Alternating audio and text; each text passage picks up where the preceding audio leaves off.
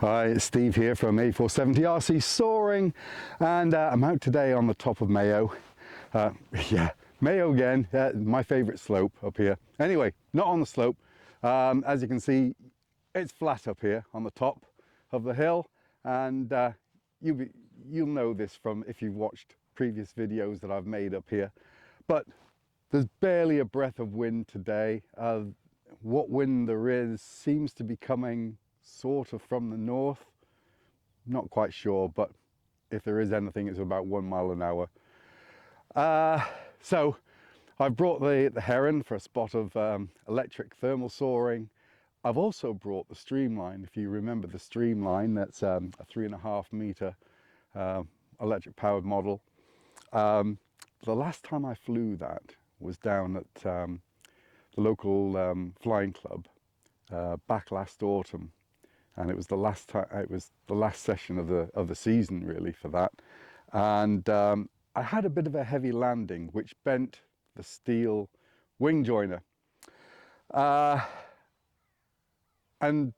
I've only just got around to get that straightened. My flying buddy Josh took that away with him last weekend, and he's more or less got it straightened out. He's as much as he can do. So I'm just waiting for Josh to turn up and bring my wing joiner with him. Whether the Streamline is going to fly today, at the moment I'd say no, because there's no wind at all, and that will need, it weighs 4 kilos, you know, so it does like a bit of wind. You know, I've been up here before and I've flown it in sort of 8 to 10 miles per hour and it's absolutely loved it, but it does need a bit of wind. So I'll be primarily flying the Heron today, unless the wind does pick up, and then we can give the Streamline a go. Just waiting for Josh to turn up now. I know he's on his way, so I'm going to set up the Heron and chuck that in the air. So what model did you say this was, Josh? It's called a Mantis. TR1 Mantis is what it's been named. It's a mixed match of a couple of models. Yeah. Built by our good friend Nigel Taylor. Oh, okay. So it's maiden today, so hopefully it all goes smooth sailing. Excellent. Okay, and I've got the I got the Heron here. Now I've just changed. Let me get it out of the bag here. So normally I fly with the high-tech Aurora 9. I've been using this for years and it's a lovely radio, but as we all know, radios are moving on, and particularly for thermal soaring I wanted Vario, and because high-tech have stopped making radio equipment now, I went out and I bought the Frisky or Free Sky, or however you want to call it, Taranis QX7, just to get me into learning how to program OpenTX.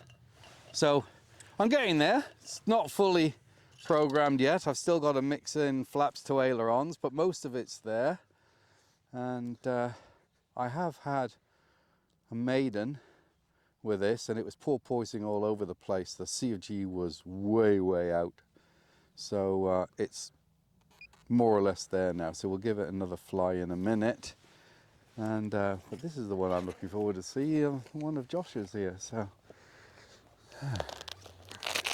hey, and we don't want a repeat of last week, mate. We're not talking about last week. I'm still a bit bitter about that. I can imagine you are. There were a few expletives last week which I had to edit out of the video. So I was not a happy bunny, put it that way. No, you weren't, yeah.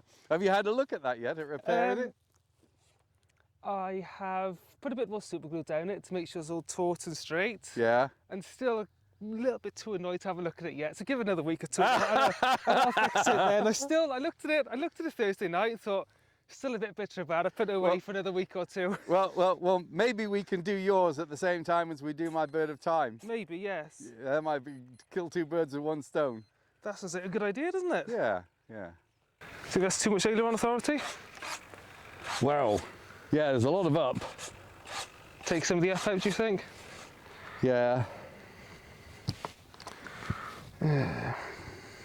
Take that, can't see. Yeah, there's an awful lot of up on there. Yeah, I can't see fuck all with that. Have you set up dual rates or not? You know, I don't know if I have or not. Do I switch? No, I haven't, so I'll set No, that but, to switch A. Right, that's a 60% now instead of 80. So still a lot, but give it a go, you know. And Because there's no flap mixing with this, Mike. right, so, yeah. So yeah, well, that's what I'm finding Yeah. with the Heron is I need to mix flap in with Yeah. it, but I'm on 100% movement on the aileron, but it just doesn't seem to be enough. But anyway, That's a bit too much for the elevator, really, isn't it? Switch down to about that. Maximum up and then maximum down. yeah, you don't need too much, do you? Yeah. You don't use elevator that much. No. It's And then that's. I'm gonna put this new flap servos in it, I think, as well. Setting it up. The one gears, the bushings collapsed on it, okay. so that's. All right, yeah. I think that's gonna have to do for today, though, and then orders. A bit. Is that flap down a little bit because he doesn't look flush with Yeah, the let me see if I with can the manually root? adjust it. The problem is, it's just the slop in the gear. Oh, As I okay. setting it up, because they're quite weak actually. It's going to need some new flap servos in it.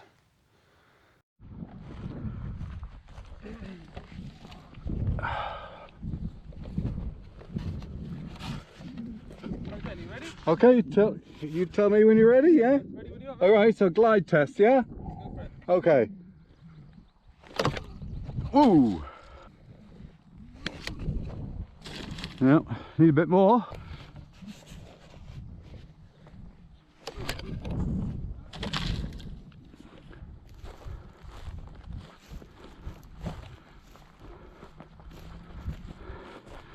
Is it nose heavy?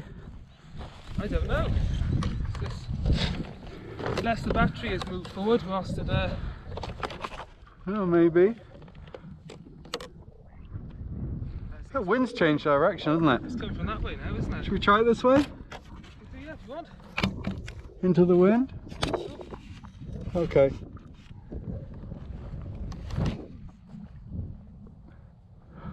That's better. Yeah. I think that's the go, isn't it? Strange how the wind had changed direction, isn't it? No way. Because there's no wind at all now, there's nothing. I think it's good on there then, is it, mate? Which change down that way? Right, ready? Do you want to check the motor? Okay. Hurry!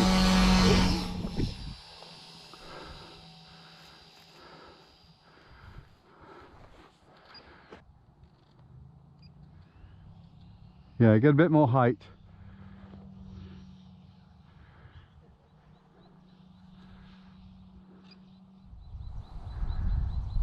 Right, it's pulling up, it is. So it might actually be a bit nose heavy, do you think?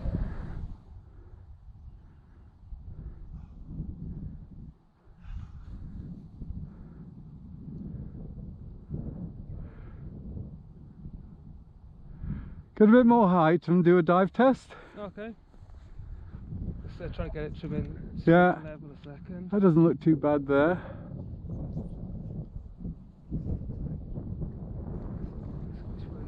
Actually, I think you've gained height whilst you've been up there. Yeah. Right then, so I'm. So,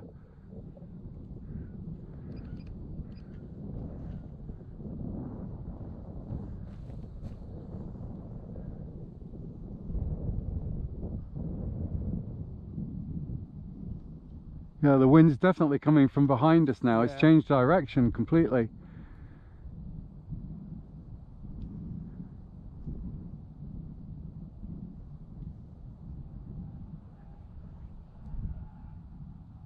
Is it wanting to pull out? Yeah, I'm giving it about a third down stick.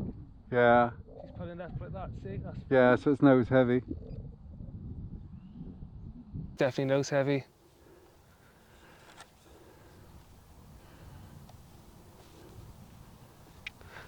Well, better to be nose heavy than tail heavy, isn't it? So, Yeah.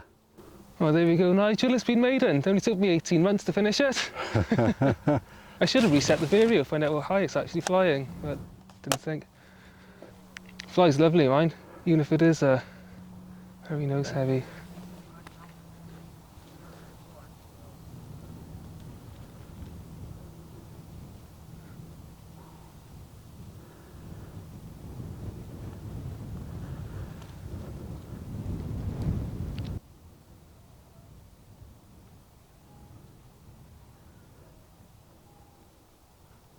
Right, it pitches up quite a bit in the crow as well, so Does it? yeah. There we go, it's full crow now, so it will bring it back there. How have you set up crow and motor then on your radio? So crow is on the throttle stick, what Okay. would be throttle stick for powered, and then the throttle is on the right slider. Oh, right, okay. I couldn't work out how to do that on the slider. I'll show you later.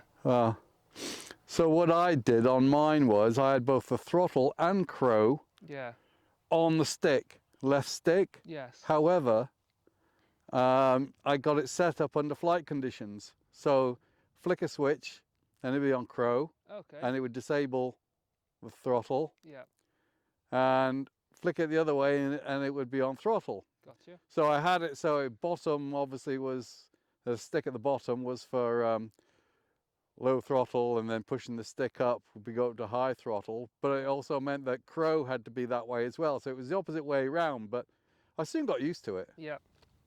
So it's a bit like where you set up a helicopter then, is it sort of with idle? I don't know, I've never set up a helicopter. With idle up and collective pitch, I'm presuming then.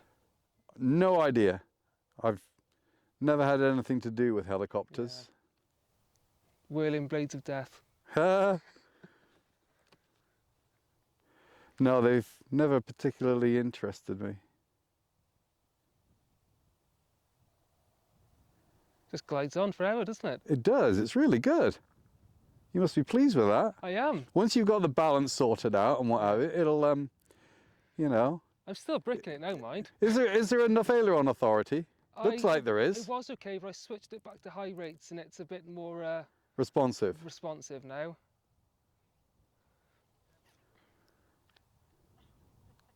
I suppose again a little bit of slope lift back here still, aren't we? Because there's a tiny bit of the breeze. Yeah. Still turns tight with the rudder as well, even with the V-tail. Oh, that's good. Yeah. Might try landing, do you think? And then Yeah, a bit okay. of, right, this.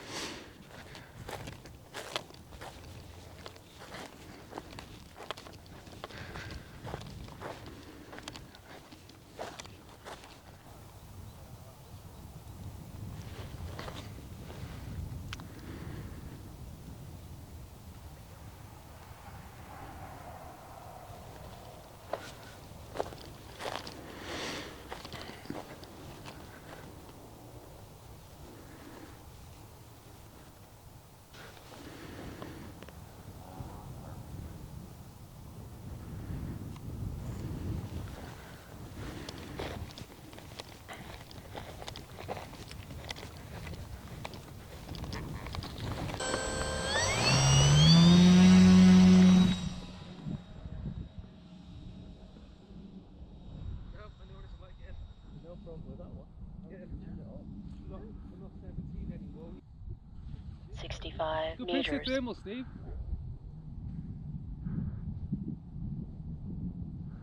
65 meters.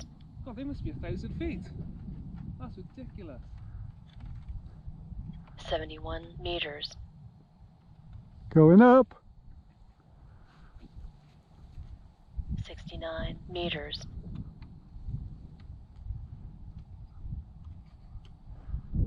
72 meters.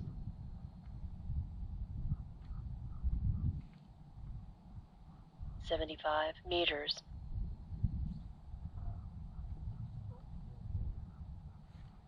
78 meters.